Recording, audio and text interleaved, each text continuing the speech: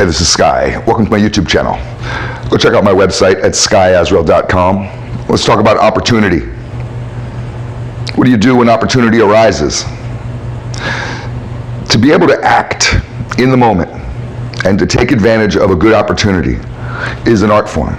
You have to be able to recognize what good opportunities are. You have to be able to put yourself in a position physically, mentally, in order to receive blessings, in order to recognize opportunities. This is a good place to fish. There's a lot of opportunities to catch a fish here. A good fisherman goes to a good fishing hole. A bad fisherman doesn't know where to go. Just sees any body of water and is like, oh, I hope I catch something. So you have to know how to act with opportunities. It's a window in time. An opportunity will be out of reach and it'll be coming towards you. And you may see it if you're smart enough to recognize opportunities. But there's only this certain window of time where you can lay your attack, where you can pounce on it, where you can present yourself, where you can engage with that opportunity in whatever way it may be. And it'll come into your line of sight, it'll come into range, and it's there, and then it's too late. No, you missed it. It's too late now. You can't do it now. So you have this little area, and I learned this out in the streets as a young guy. I used to be involved in kind of opportunism type robberies, where you notice some sucker, somebody slipping, and you're like, well, there's a chance to rob somebody. When I was a youngster, we used to do shit like that. And I mastered it. I became an expert in recognizing opportunities to rob people. And I also realized that if I want to get away with this, and I want to have not much struggle, if I want this to be a successful robbery, and a successful robbery is defined by getting away with it. And I have a buddy of mine who's in prison right now for a bank robbery, and he talks about how he got away with it. Yeah, he took the money, he left the bank, he went and bought a Mercedes with the cash, and then a couple weeks later they busted him, and he's doing hard time in federal prison for most of his life, and he still thinks he got away with it. You didn't get away with it. A good robbery is getting away with it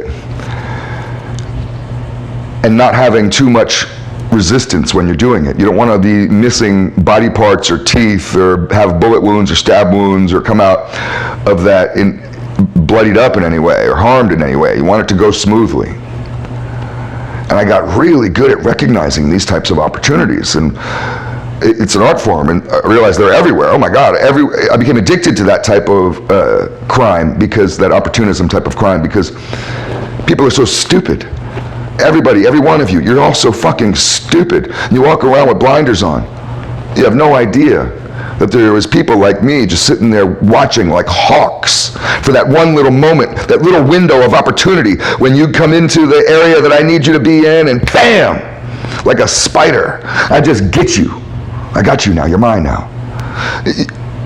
I learned to transfer these types of lessons over to business. Business was the same way, and I realized this right away when I started my motorcycle shop, that it was all about who you know. I don't know what the motorcycle industry is like nowadays. I'm in it still, but I deal business to business with dealerships and with vendors.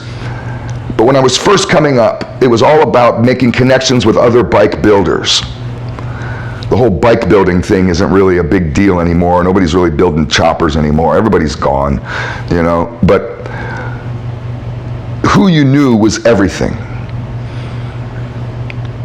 And I had to learn how to put myself in areas where I would meet the right people. So I would go to places that sometimes I didn't want to go to, or that took a long time to get to, with no other mission other than just being there in the same room with these people. And if I left with no phone numbers, with no business cards, with no deals, with no connections, nothing, I at least was in the room.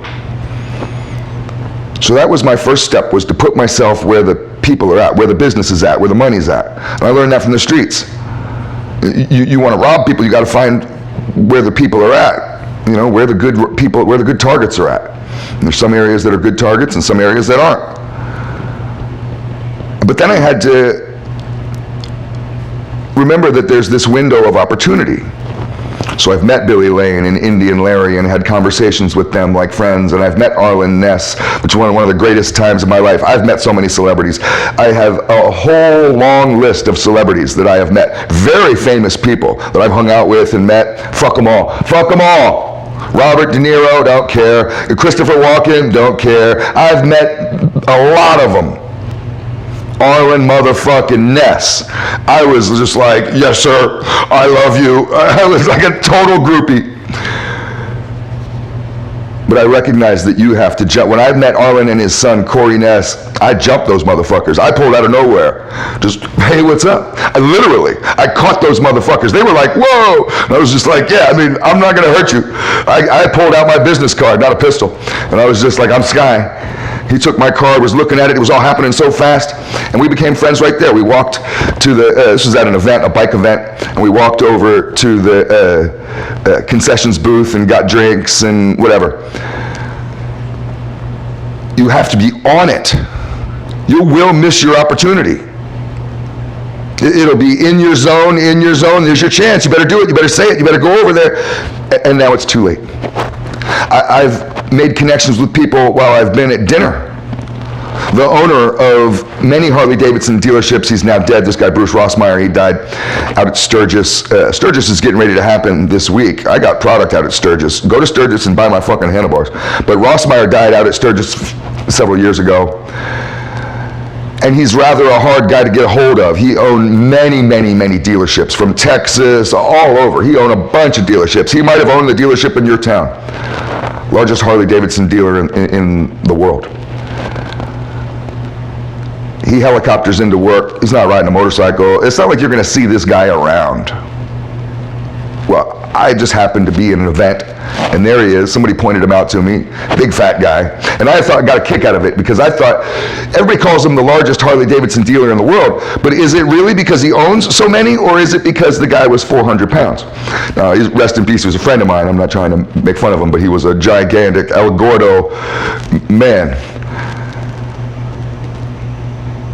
And I'm right in the middle of eating some food over with some people in this area. It's kind of like a food truck area that we had tables, and I'm sitting down talking with some people engaged in conversation and whatever, and I'm with them. And somebody was like, there goes Bruce. I get up, I'm gone. Where the hell's Sky going? I beeline right over to Bruce Rossmeyer, tap him on the shoulder. He turns around, who the fuck are you? Bam, business card right in his face. We make a deal right there on the spot. We made our first deal. He owned a Ducati dealership. I knew that. I was like, I've customized Ducatis before. He says, really? Nobody customizes Ducatis. Those guys are fucking snobs. And I was like, yeah, my brother did. I'll show you. And he was like, well, bring the bike by. We'll do business. If I like it, we'll definitely do business. I brought the bike by. He loved it, and we're starting to customize. This was years ago. We're customizing Ducatis for this fucking guy, for the dealership, the Ducati dealership. We were putting custom bikes on the floor. They give us a bike, we customize it, that kind of thing. I made that deal just on the spot, just by running up on this motherfucker. Hey, just like I used to when I was a teenager, running up on fools. Opportunity knocks, you got to be ready for it. It's food for thought.